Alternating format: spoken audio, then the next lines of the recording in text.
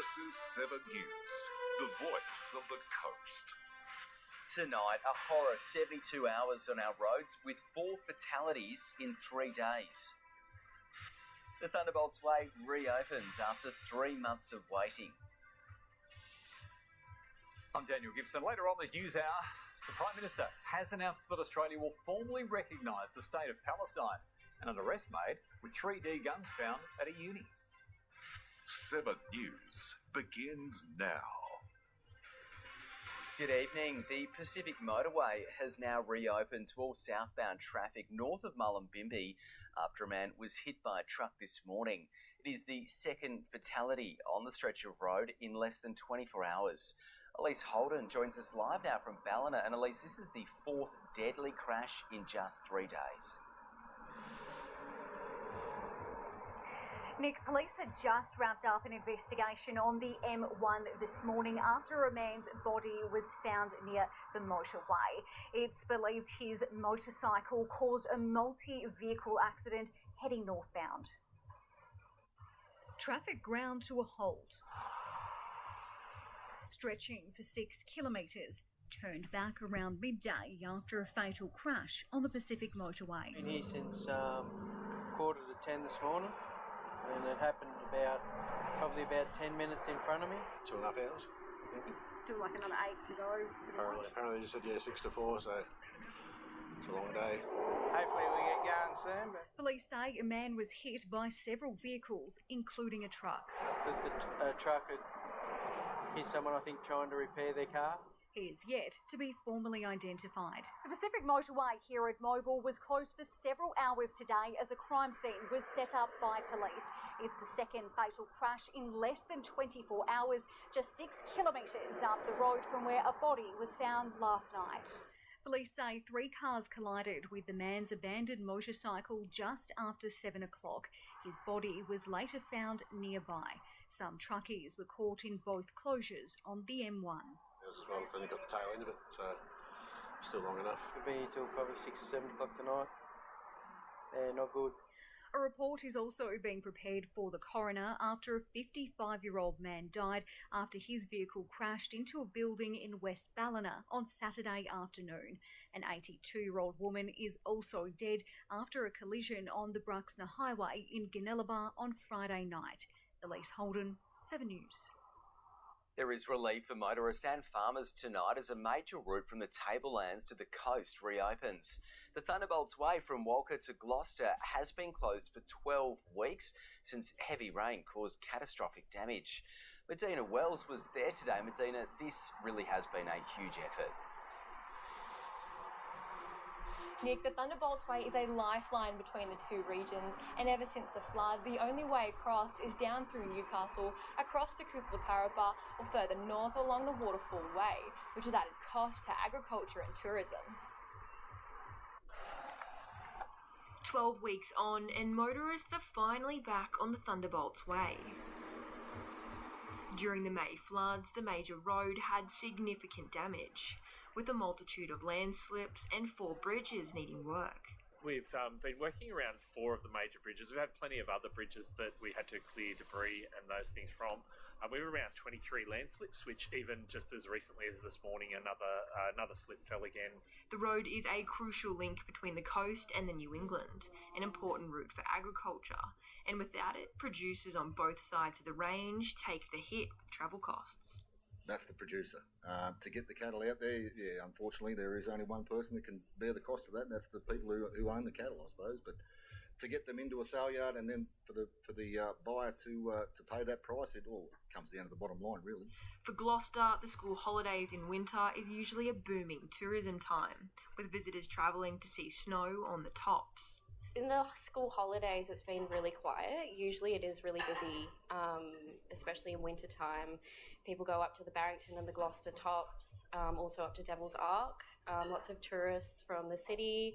With roads reopened, businesses are hoping it'll bring these tourists back to Gloucester. A lot more people, hopefully. So we opened really early in the morning. We've missed a lot of tradies. We've missed a lot of people that live out of town. People travelling up to that way. Although the road has reopened, works will be ongoing over the next few months. Medina Wells, 7 News.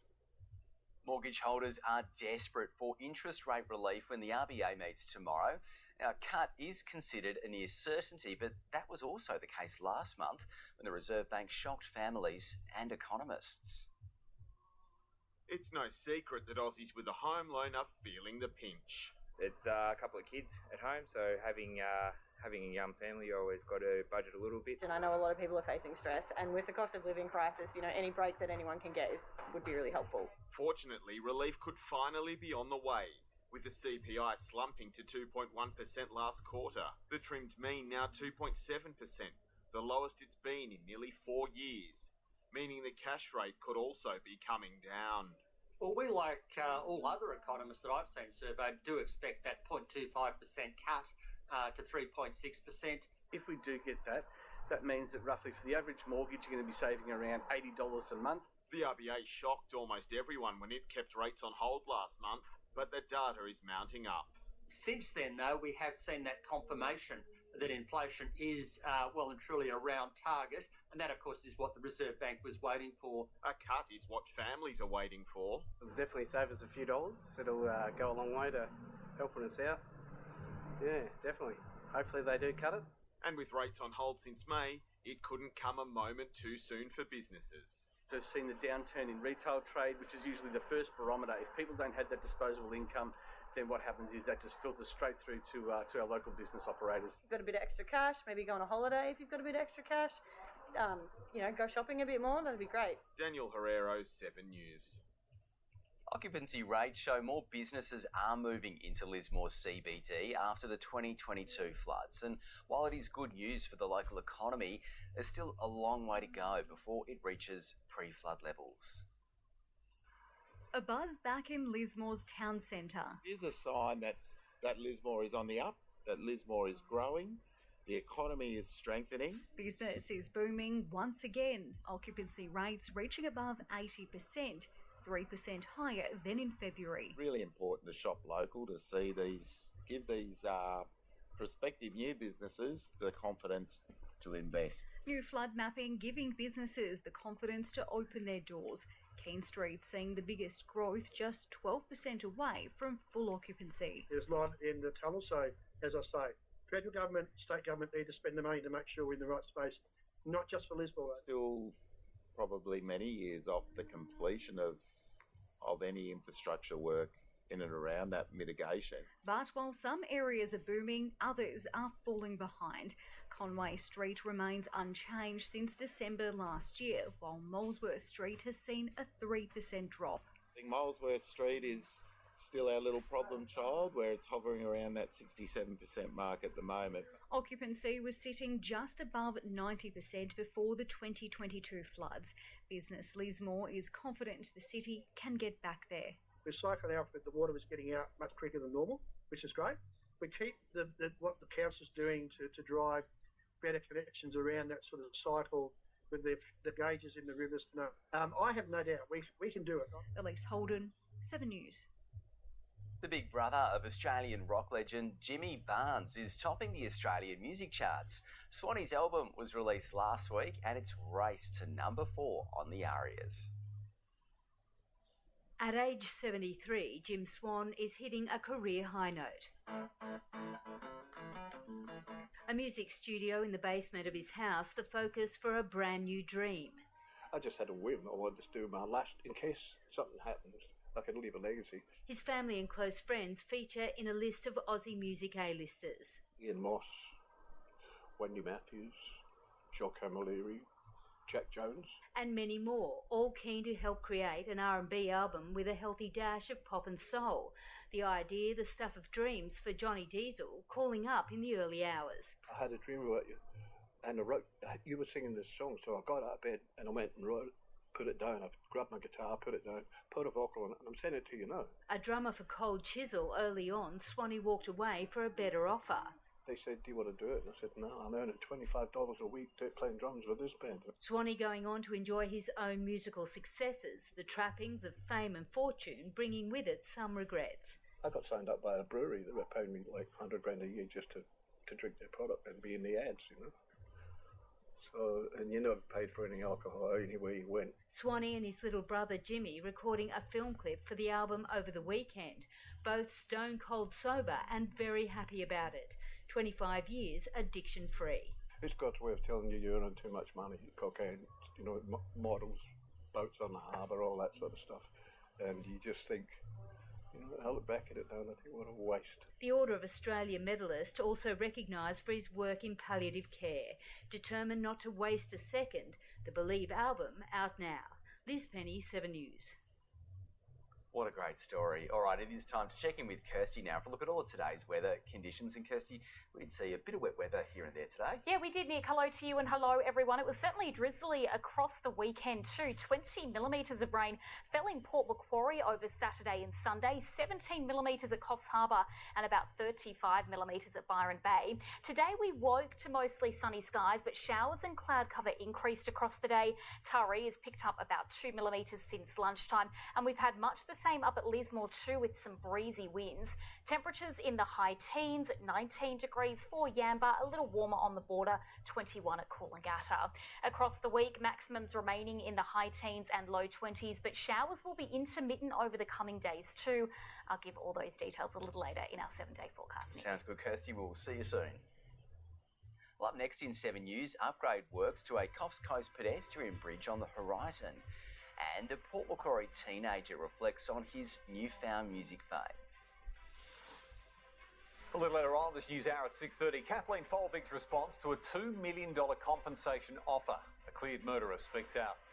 Later tonight, how a convicted criminal's been ordered to send police a selfie every hour. And a big pay boost for 60,000 healthcare workers. Welcome back. Port Macquarie teenager Charlie...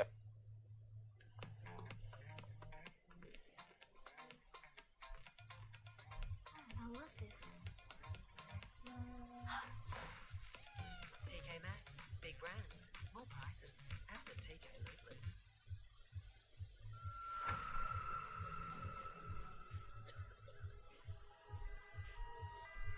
A deadly scandal. Are we running out of oxygen? You know this thing is spreading. They never wanted revealed. Murderers! It's all made up. Why isn't anyone telling people what's actually happening? Critics agree. This heart-stirring tribute is the best drama yet. Breathtaking. Stream now on 7+.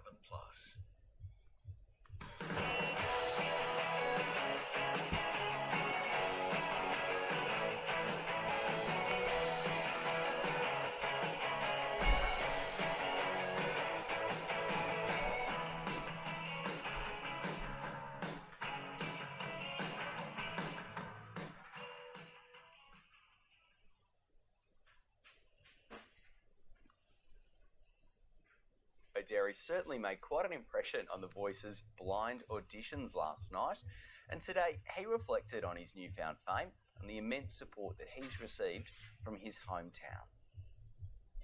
An emotional performance on national television, capped off by a 4-chair turn from some of the music industry's biggest names.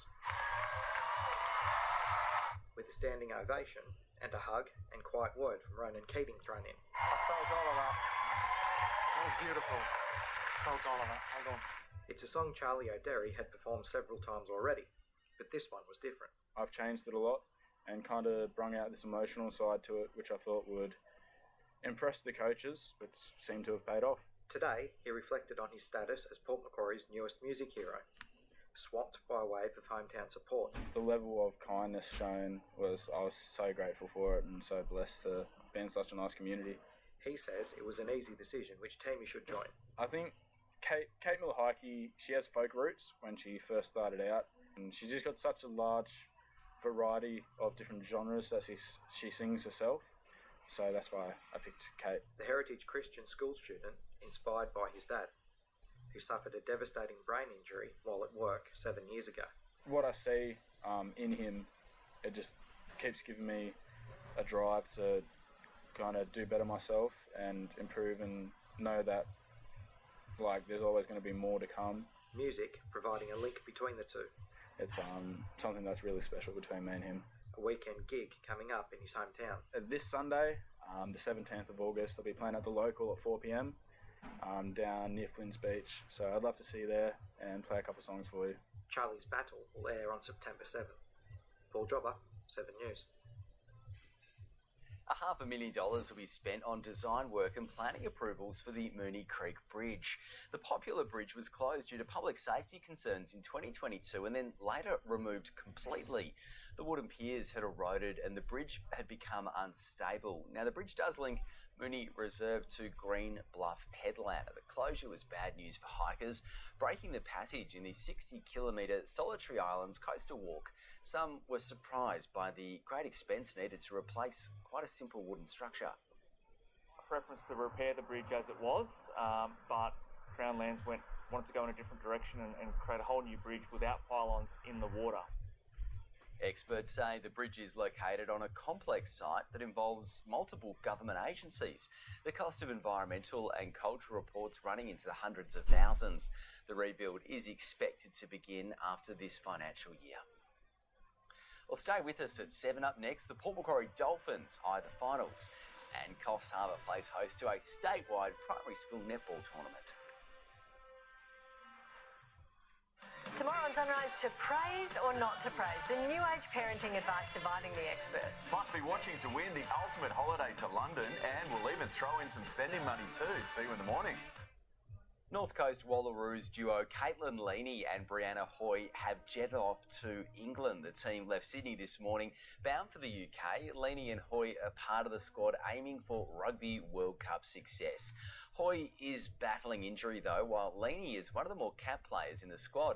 The team is looking forward to the challenge. Their first game of the tournament is against Samoa on August 23 in Manchester.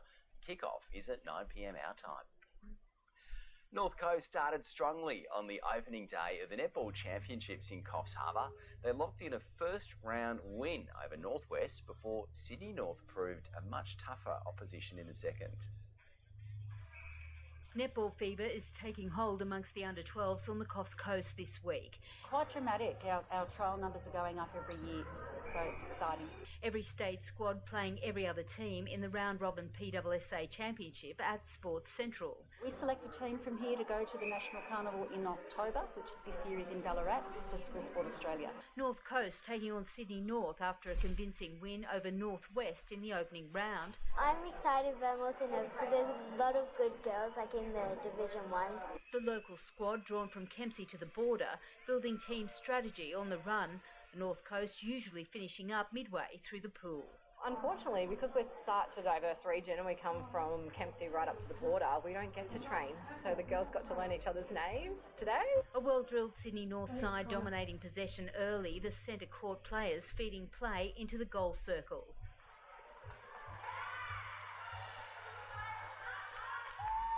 North Coast trying hard to regain control as the points gap stretched out to 10-3 at half-time. Just have to come forward for the passes and, slow it down. Sydney North's advantage gaining pace in the second half, up 27-5 at the final siren. The girls' competition concluding on Wednesday, followed by the boys' PWSA state title Thursday and Friday. They're enjoying it. They wouldn't be here if they weren't.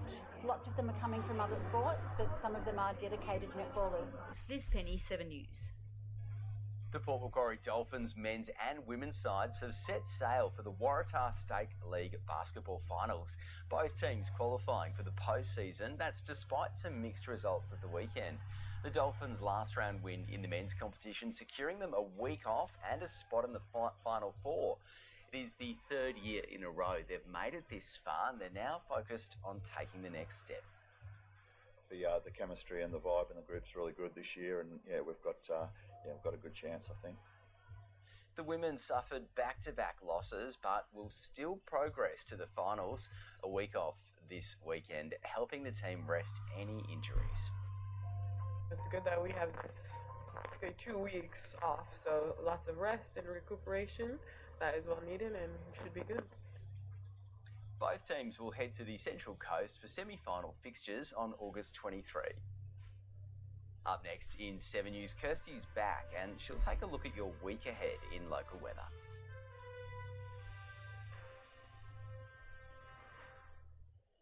Good evening once again. A few showers are pushing onto the New South Wales coast this week, while a weak cold front will move into the west of the state, also bringing some patches.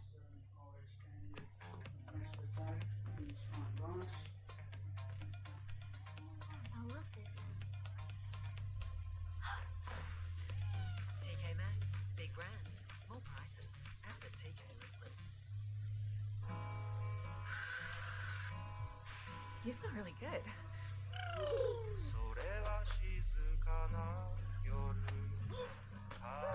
Be sweeter than the sweetest with the new Lynx Fine Fragrance Collection. I am Greek, very Greek. Our dishes will be a smash.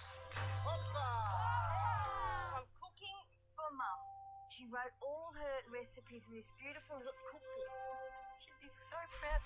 This is for you, Yaya. Oh, God. This is banging. Yaya's looking down on this. This is seasoned with love. Me too. Well done, Mum. The gourmet creams are here on all new NKR.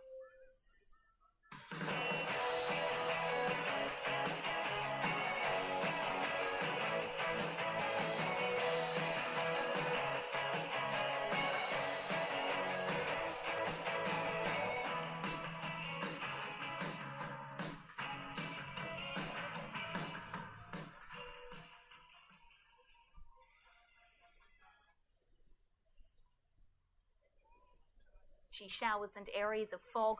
Not much rainfall for most of the state thanks to a dominant high pressure system leading to clearer skies certainly for the first half of the week, but then this cold front will move through towards next weekend with a few scattered showers spilling mainly across the southern and central inland. Now along the north coast though, there still is around 10 to 20 millimetres of rain forecast over the coming 6 to 7 days. Showers are looking quite patchy though for the most part.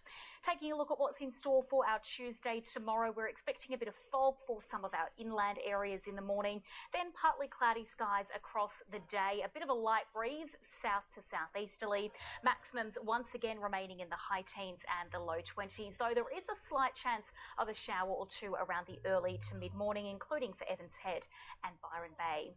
Offshore tomorrow, 1 metre seas around Coffs and for Byron, with around our swells around 4 feet, winds tending southerly for the Byron coast, then south-southwesterly further south at about 15 knots. Heading into the middle of our working week, our temperatures sitting in the 20s for most of us. It is looking quite cloudy though, with a shower or two, about a millimetre in Foster, and the same for Port Macquarie. That follows some early fog with that moisture sitting in the atmosphere. A light breeze and a top of 20 for Coffs Harbour and 21 degrees at Grafton. But into Thursday, we'll start to see those showers increasing. At this stage, between around 4 and 7 or 8 millimetres is likely, accompanied by some cooler southerly winds. So it is looking like quite an unsettled day. We are expecting a few clearer breaks here and there, 18 at Casino and 19 degrees at Evans Head. A couple of clearer days as we head through Friday and Saturday, but those scattered falls will continue over the next few days and then once again into early next week. All right, plenty to keep across. Yeah, a bit of everything. Kirstie, thank you. Well, that's your local news for tonight. Thanks for your company. Stay with us at 7. Dan's got all your latest national news up next. Enjoy the rest of your evening, and I'll see you for more local news tomorrow night at 6.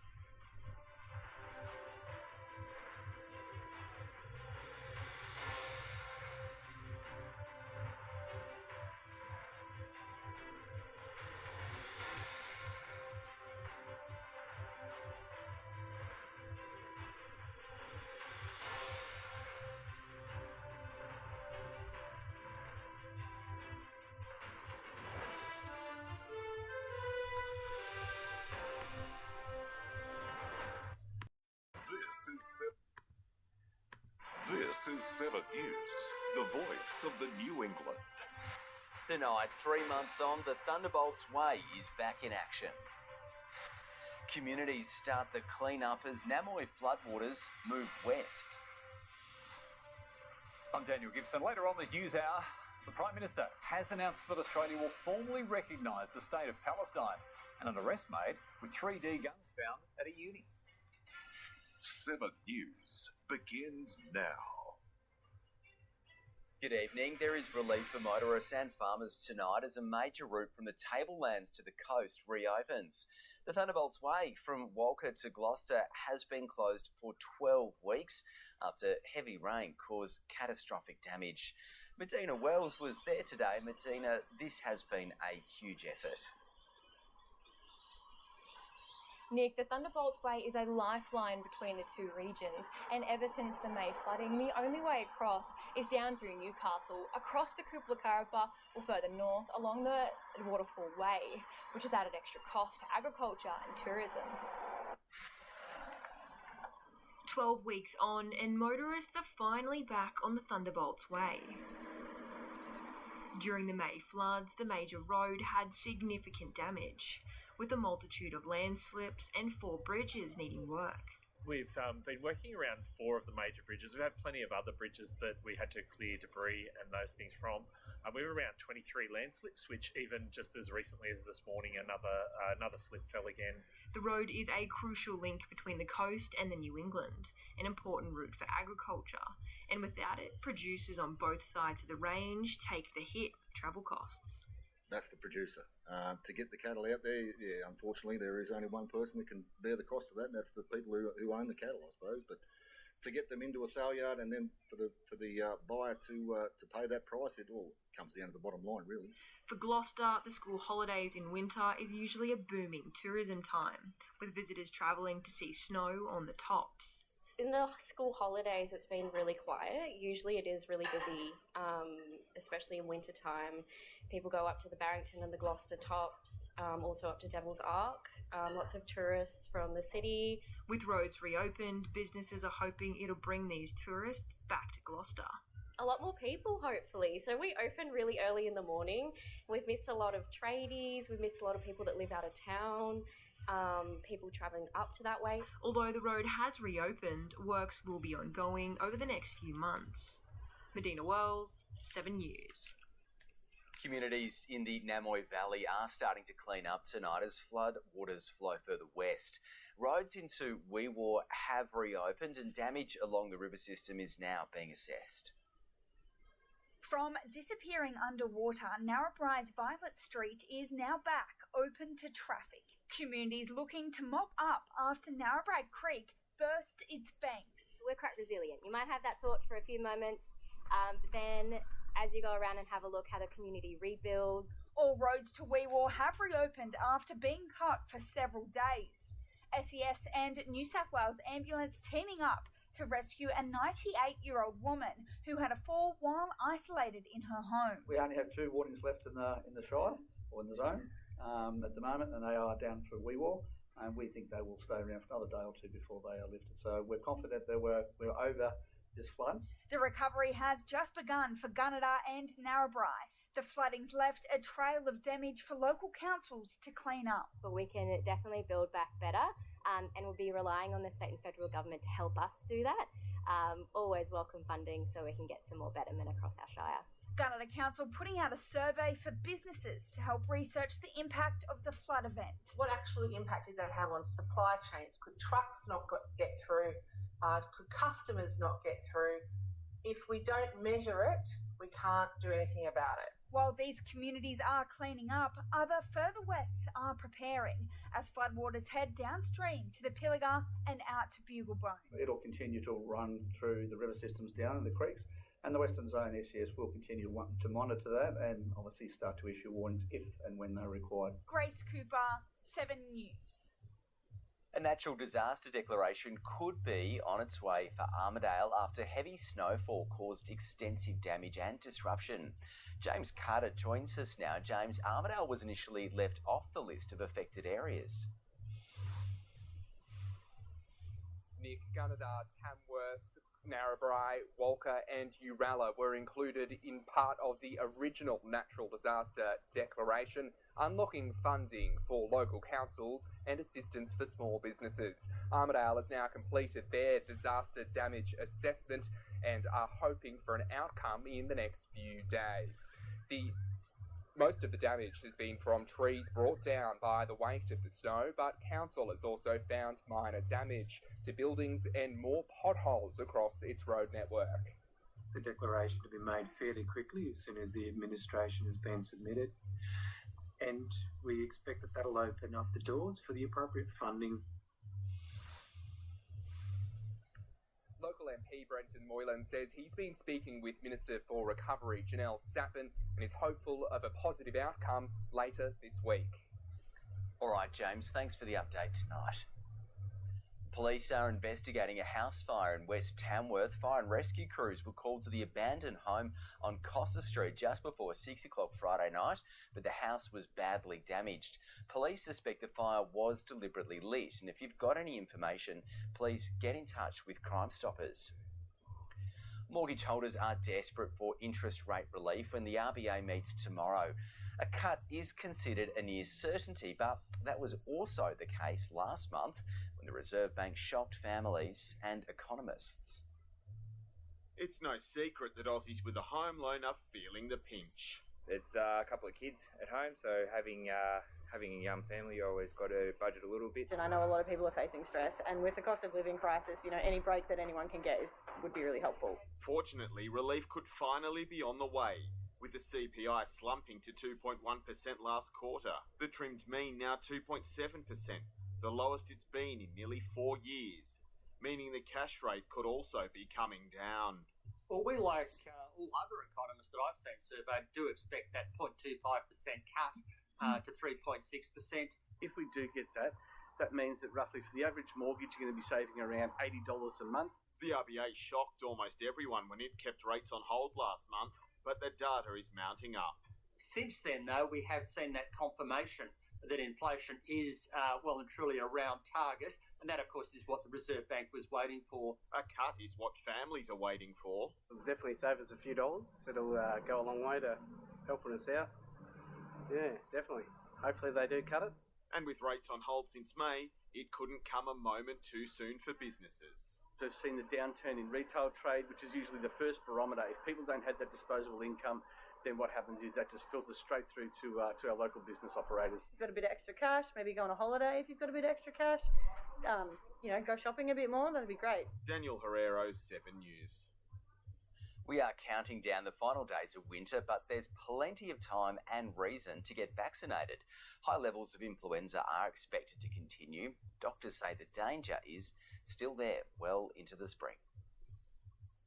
Winter, a time where sickness spreads. Unfortunately, it has been a pretty horrible year for most people, getting quite unwell over this season. Over 5,000 people in the region have had the flu since June, but it's not expected to slow down anytime soon. Predictions say the season will creep into spring. If we're looking at our projections for influenza, we think we're going to see high levels of influenza activity for the next few weeks. And after that, it should hopefully head down the other side of this wave, but there's a long tail to that wave. Levels of RSV and COVID-19 were high last month, now dropping slowly, but influenza levels soaring, sitting at its peak. We've seen those levels drop, that activity level drop, but influenza activity has increased and is now at high levels across New South Wales and across the Hunter New England area. Medical professionals are pushing for more to get vaccinated to protect yourself and others. So the benefits are twofold.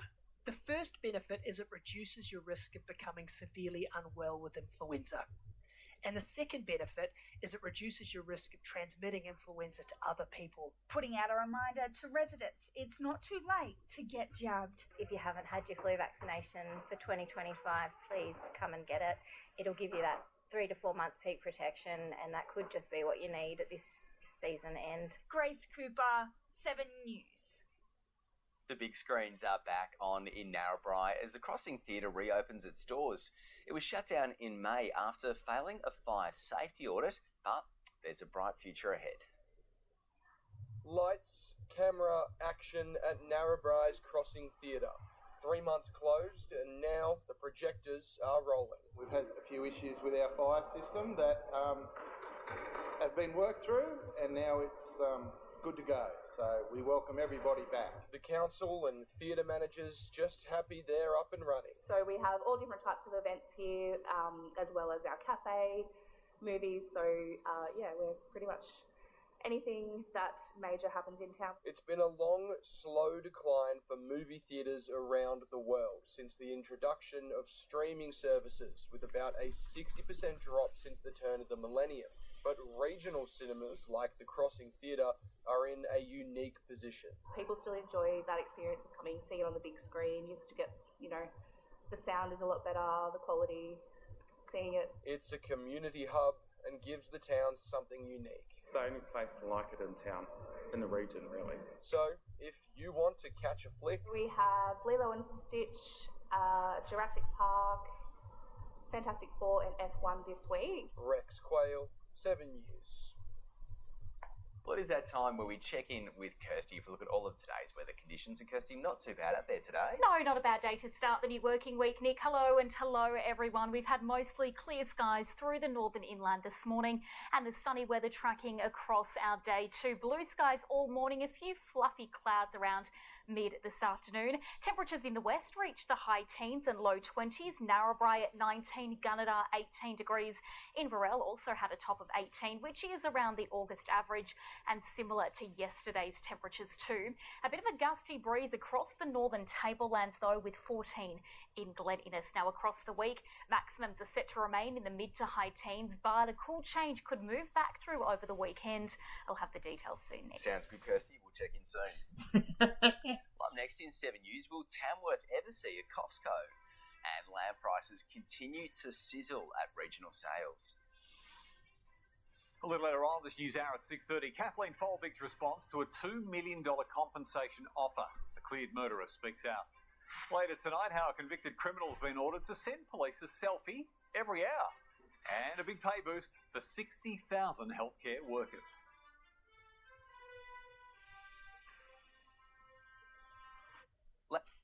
Hello. Hey. Hi there. Wow, this is one impressive lineup. Welcome. Been here 3 years now.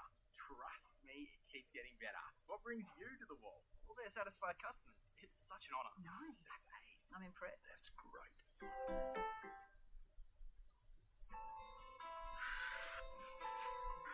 I'll be back in a second.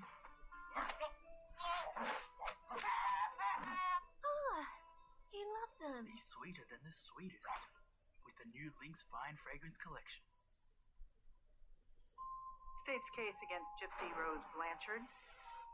My mom is my best friend. All she wants to do is keep me safe. And you're my angel. Have you been able to confirm the girl's medical history? Do you ever feel scared? I'm trapped. Nobody's gonna ever do more for you than I do. She's never gonna let us be together. Do you love me? The Act. Stream now on 7+. We know owning a car these days isn't cheap. At GIO, you can save 10% off your car insurance premium when you quote and buy a new policy online with GIO's online discount. Get a quote today. Lamb prices are still hitting the highs in Tamworth. Over 6,000 head were on offer at the livestock selling complex, with the highest selling pen going for $468 a head.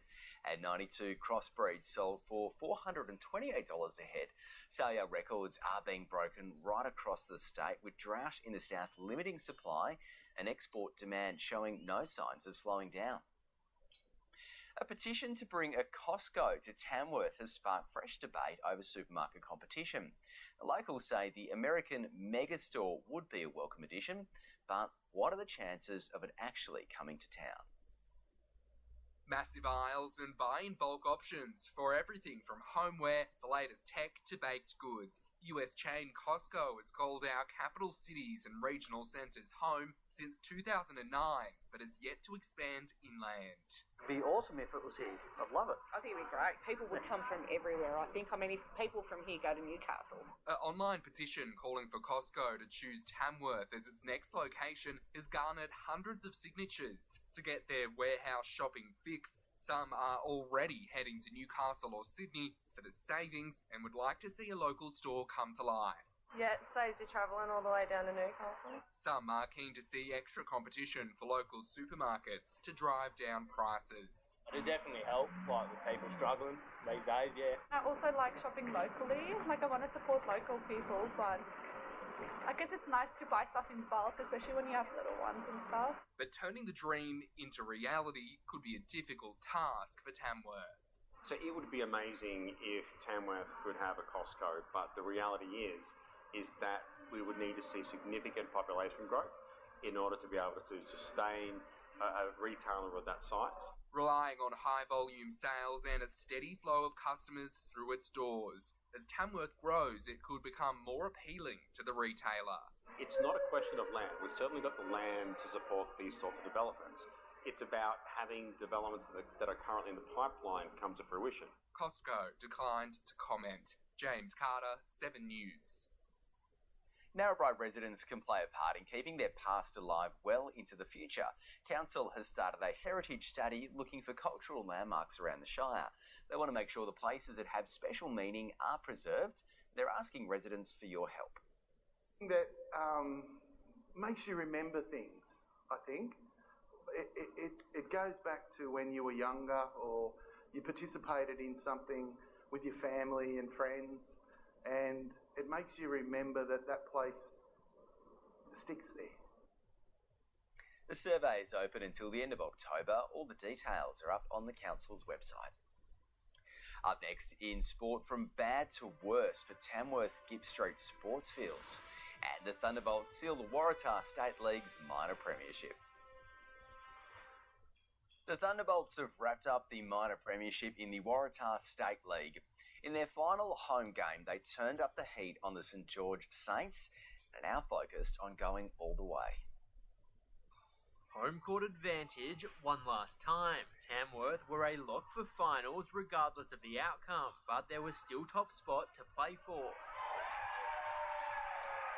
We knew we had to come out and kind of defensively lock in, which is what we base every single part of our game on. Scores were close between the two teams early on. Persistence in the paint from star recruit Bryce Martin helped Tamworth pull away.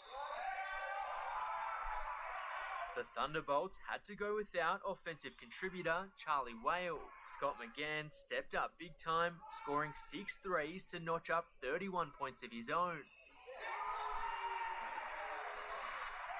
Tamworth starting 5 had more opportunities to rest during the game. Bench players were able to get valuable minutes, which will bode well for finals. We've always got a lot of people that are contributing every second they come on the court. So it's really good that we've been able to do that throughout the season in different games. Because obviously finals, you don't know what's going to happen, so it's good that they've had games under their belt. The Thunderbolts have secured their position at the top of the Waratah men's ladder. They'll automatically advance to the final 4. We go straight through, so obviously we'll have a few training sessions in between now and then, get some shots up. Obviously we don't really know who we're versing yet. Hugh Pearson, 7 News. A familiar face was back on home turf to see the Thunderbolts claim the minor premiership. Australian basketballer Nick Kay in the crowd at the Sports Dome to cheer his old team on. The Boomer was in Tamworth during the B-League off-season. He'll spend the next 2 seasons in Japan after extending his contract. Home base for us a little bit, but Japan basketball is really growing, and it's been a pleasure to be over there and spend so much time in a different country that is just such a great experience. Kay's getting ready for the upcoming season that starts in October.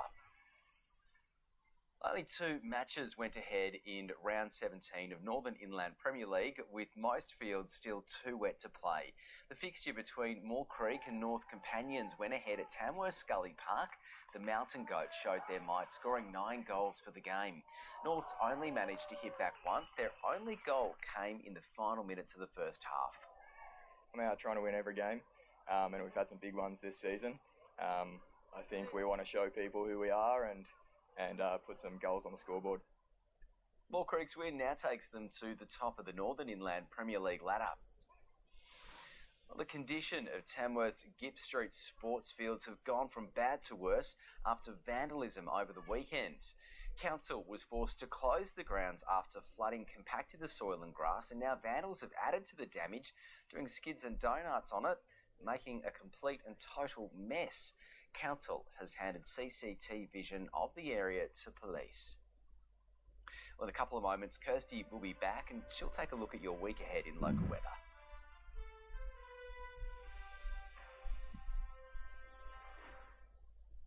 Hello.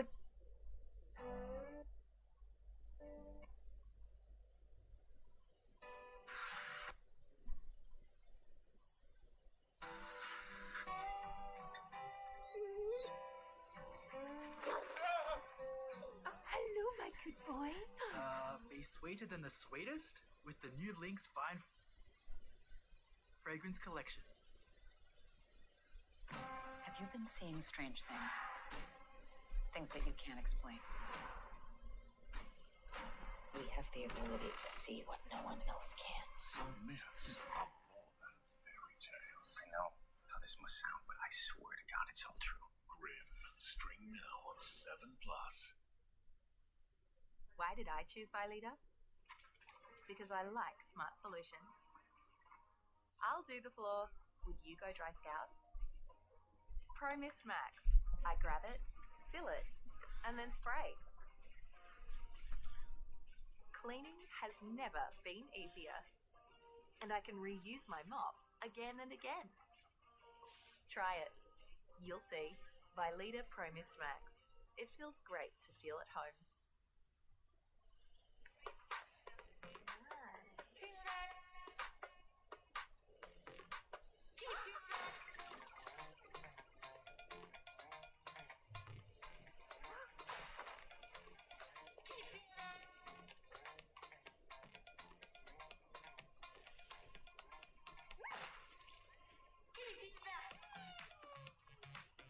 TK Maxx. Big brands, small prices. Apps at TK lately. We know owning a car these days isn't cheap.